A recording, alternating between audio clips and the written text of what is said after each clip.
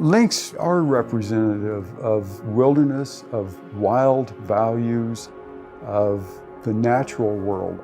They're one of those species that's sort of an indicator for wildness. When you think of those places, you think of places that are hard to get to. You think of places that are rugged, that are tough to survive in. There's this sort of mystical suite of species that live out there that are rare and kind of reclusive.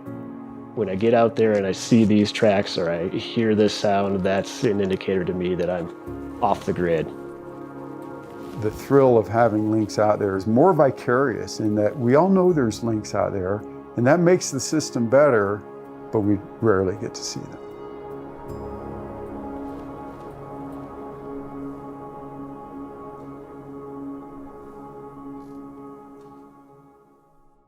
We don't really know what caused the extirpation of lynx in Colorado. Lynx are vulnerable to trapping, and their fur has always been very, very valuable. The boom of mining and the alteration in streams, some of the archaic, I'll call it, forest management practices, clear cuts that occurred were bad. Many of these causes were human-induced. We also have the ability to reverse some of those. Aldo Leopold said, you need to keep all the cogs in the wheel to have a properly functioning ecosystem. We are responsible for conservation and management of all the native species in Colorado. Part of our job and part of our mission as an agency is to take care of the native species in this state, and lynx were one of them. I started working on the lynx project in 1997. To restore a species into its native habitat is a unique thrill. No other states or provinces or anybody had ever done a successful lynx reintroduction. So we were pioneering how to do it. We initially were working with British Columbia and Alaska. Their populations were high. They were actively trapping them. They were as thrilled to be involved in a reintroduction in Colorado as I was. The first release was such a spectacle. We had been working towards this for 3 years. The act of opening the door and the lynx takes a tentative step out, looks around, and then starts to trot off.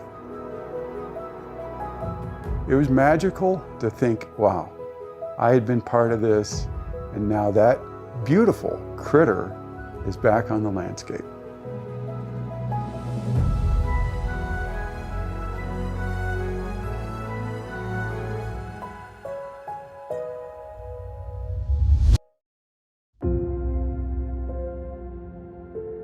What happened was surprising to everybody. Within about 3 weeks, we saw the first starvation, and that was catastrophic to us. In retrospect, they were already starting to starve, and they came to us in marginal condition. We reconfigured the whole program so that we were going to hold them for a minimum of 3 weeks and feed them well. Following that protocol, the starvations stopped. In 2010, we said the reintroduction phase was successful and was now complete. At that point, the attention turned to help sustain lynx presence forever. We know from the research we've done here that about 3/4 of what they eat in terms of their diet is snowshoe hares. Bottom line of lynx conservation and keeping lynx on the landscape comes down to management of snowshoe hares, and snowshoe hares are heavily influenced by forest management. Our relationship with the Forest Service is pretty important. Our agency is the agency that put these animals back. We're in charge of management of that species and monitoring of that species. But that species lives in the National Forest System. So they're the ones that really provide the habitat for lynx and for snowshoe hares. Forest management is a pretty complex endeavor from a parks and wildlife standpoint. We want to make sure that we have big chunks of good lynx habitat and good hare habitat.